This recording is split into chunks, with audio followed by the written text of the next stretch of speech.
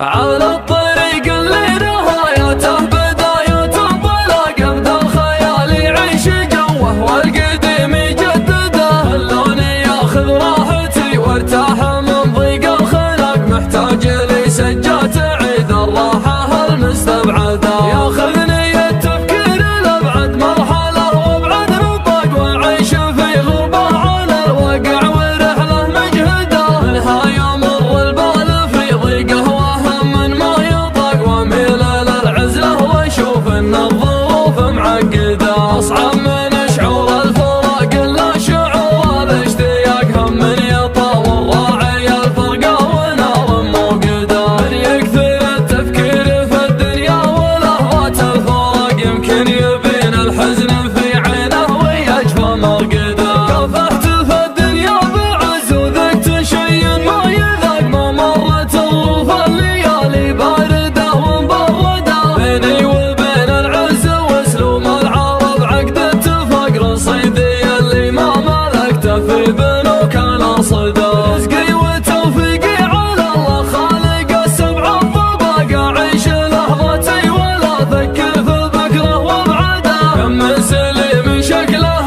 معافى وتفكيره معاق، يمشي على البيضاء برجلينه وعقله في يده، اللي ينفتح للشر باب يصير كانه في سباق، واللي نصيته في مجال الخير كانك تطرده، الخير والمعروف ما يجزى بصده وانشقاق، على الاقل اللي تجمل فيك احد لا تجحده، هيا الرفيق اللي لي ضاقت علي الارض ضاق، يسعدني اللي شفته اسعد واحد الله يسعده، صدره خلي من الحسد والحقد واسلوب النفاق، لا شفته ابقى ضيقة الخاطر عساني مفقده، المدح مثل العود الازرق ما يمد ولا يساق، الا على قرم علومه بالفعول موكده، صدبوا جنبه نصيف وصدبوا كفن رقاق، علي الثماني ما يجنب لين يبلغ مقصده، اسمر مع اهل المرجله ما هو سريع على احتراق، يوم الاسامي بعضها بالانقلاب مهدده،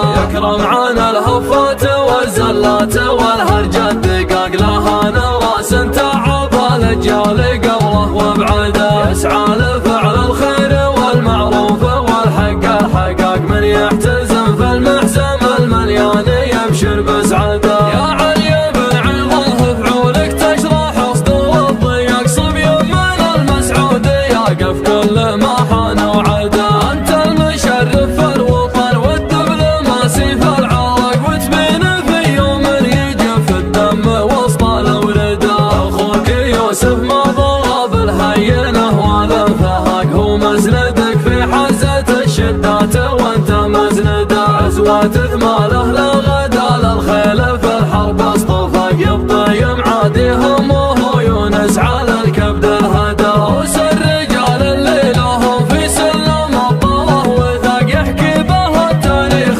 والواقع قبل لا تنشده، وقت الرخا غيث يصب الماء وهم الحقاق، وقت اللقا تنطح معاديها وتطاج المدى، على الطريق اللي نهايته بداية انطلاق، ابدا